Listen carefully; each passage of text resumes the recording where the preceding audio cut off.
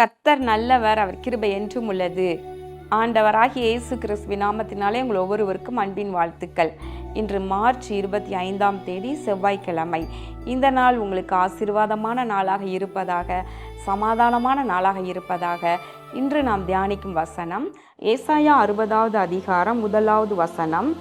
எழும்பி பிரகாசி, உன் ஒளி வந்தது, கர்த்தருடைய மகிமை உன்மேல் உதித்தது. பிரியமானவர்களே, இந்த வசனம் இன்றைக்கு உங்களுக்கு நேராய் கடந்து வருகின்றது. ஆண்டோடைய வார்த்தை என்ன சொல்லுகிறது? எழும்பி பிரகாசி, எழும்பி பிரகாசி.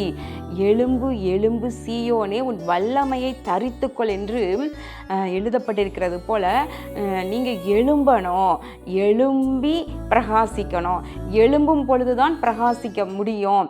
இல்லை எனக்கு ஒன்றுமே தெரியாது, நான் ஒன்றுமே செய்ய முடியாது, இல்லை இன்னும் கொஞ்சம் நாள் ஆகட்டும், இன்னும் கொஞ்ச நாள் இந்த வேலையெல்லாம் செய்துக்கிறேன், இன்னும் கொஞ்ச நாள் நல்லா என்ஜாய் பண்ணிக்கிறேன் வாழ்க்கையை அப்படின்னு சொல்லிட்டு உட்காந்துக்கிட்டே இருந்தீங்கன்னா பிரகாசிக்க முடியாது. எழும்பணும். முதல்ல நீங்கள் என்ன செய்யணும்னா, நான் எழும்பணும், கர்த்தருக்காக எழும்பணும் அப்படின்னு நினச்சி நீங்கள் ஒரு அடி முன் வைத்தாதான் பிரகாசிக்க கர்த்தர் உங்களை செய்வார். எழும்பி பிரகாசி, உன் ஒளி வந்தது. ஆண்டவர் சொல்கிறாரு, உன் ஒளி வந்துருச்சு, உன் ஒளி வந்தது, கர்த்தருடைய மகிமை உன்மேல் உதித்தது என்று வசனம் சொல்லுகிறதாம். பிரியமானவர்களே, இன்றைக்கு இந்த வசனம் தீர்க்க தரிசனமாக இது உங்களுக்கு நேராக கடந்து வருகின்றது. நீங்கள் எழும்பி பிரகாசிங்க, கர்த்தருடைய மகிமை உங்கள் மேலே வந்தது.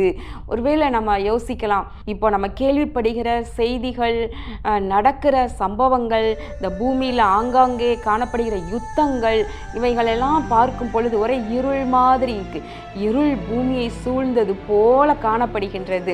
ஆனால் அடுத்த வசனம் சொல்லுகிறது, பூமியெல்லாம் இருள் சூழ்ந்து கொண்டாலும் கூட உன்மேல் கர்த்தர் உதிப்பார் என்று சொல்லுகின்றார்.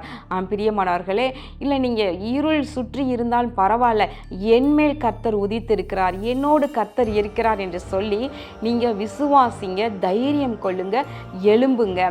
அப்போ என்னெல்லாம் நடக்கும்? நீங்கள் அப்படி எழும்பும் பொழுது கர்த்தருடைய மகிமை உங்கள் மேலே வந்து பிரகாசிக்கும் பொழுது என்னெல்லாம் நடக்குதாம்? இந்த ஏசாயா 60வது அதிகாரம் முழுவதையும் இன்றைக்கு உட்கார்ந்து கூடுமானால் முழுவதுமாக வாசித்து பாருங்க.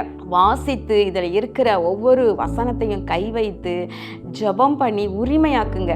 ஆண்டவரை நீ சொல்லியிருக்கிறீரே, இந்த ஏசாயா 60வது அதிகாரத்தில் எழுதியிருக்கிற ஒவ்வொரு வசனத்தின் படியும் ஆண்டவரே என்னை ஆசீர்வதியும், நான் எழும்பி பிரகாசிக்கணும், உடைய மகிமை என் மேல் வந்தது என்று சொல்லி நீங்கள் உட்கார்ந்து ஆண்டவரிடத்தில் நீங்கள் பேசுங்க. நீங்கள் என்னெல்லாம் சொல்லப்பட்டிருக்கு பாருங்க. உன் வெளிச்சத்தின் இடத்திற்கு ஜாதிகளும், உதிக்கிற உன் ஒளியின் இடத்திற்கு ராஜாக்களும் நடந்து வருவார்கள்.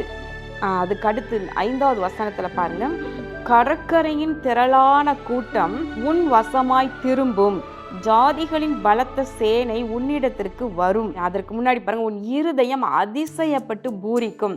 ஒவ்வொரு வசனமும் பாருங்களேன், அருமையாய் வாக்குத்தத்தமான ஆசீர்வாதமான வசனங்கள். 15வது வசனம் பாருங்க, உன்னை நித்திய மாட்சிமையாகவும் தலைமுறை தலைமுறையாய் இருக்கும் மகிழ்ச்சியாகவும் வைப்பேன். வெண்கலத்துக்கு பதிலாக பொன்னையும், இரும்புக்கு பதிலாக வெள்ளியையும், மரங்களுக்கு பதிலாக வெண்கலத்தையும் பாருங்க. இப்படி அருமையாய் கர்த்தர் ஆசீர்வாதங்களை எல்லாம் வைத்திருக்கின்றார்.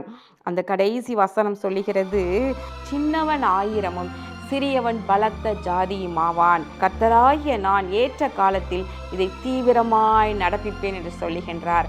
பிரியமானவர்களே, நீங்கள் நம்ம செய்ய வேண்டியது என்ன? ஒன்னே ஒன்று தான், எழும்பி பிரகாசிக்கணும். எழும்பி கர்த்தருக்காக பிரகாசிக்கணும். அது மாத்திரம் நம்ம செய்தால் போதும். ஆனால் கர்த்தர் நமக்காக இத்தனை காரியங்களையும் செய்வார். கடற்கரை மணல் திரளத்தனையான ஜனங்கள் உன் பக்கமாய் உன் வசமாய் திரும்பும் என்று சொல்லப்படுகிறது. ஆண்டவருடைய வார்த்தை சத்தியம். அது எழுதப்பட்டது உண்டானால் அது எழுதினது தான், அது அப்படியே நடக்கும்.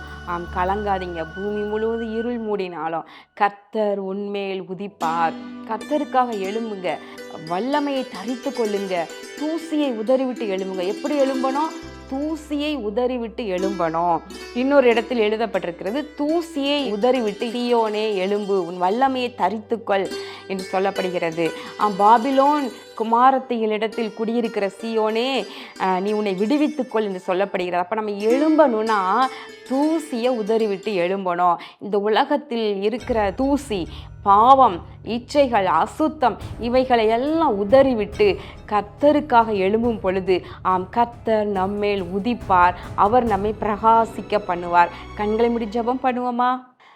எங்கள் அன்பின் பரலோக பிதாவே, இதோ இந்த நாளிலே நாங்கள் தியானித்த உம்முடைய வார்த்தையின்படி கர்த்தாவே, இதோ உம்முடைய பிள்ளைகள் ஆண்டவரை எழும்புவார்களாக, தூசியை உதறிவிட்டு எழும்பி கர்த்தருடைய வல்லமையை தரித்து கொள்ளுவார்களாக. கர்த்தாவே, உம்முடைய மகிமை அவர்கள் மேல் உதித்தது.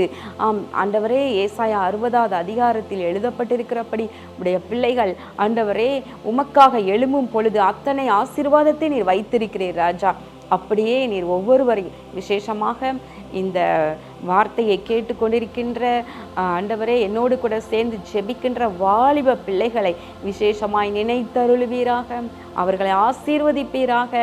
அவர்களை எழும்பி பிரகாசிக்க பண்ணுவீராக. இரட்சகராகிய இயேசு கிறிஸ்துவின் நாமத்தினாலே இந்த ஜெபத்தை ஏறெடுக்கின்றேன் நல்ல பிதாவே, ஆமேன். கர்த்தர் உங்களை ஆசீர்வதிப்பாராக. ஆமேன்.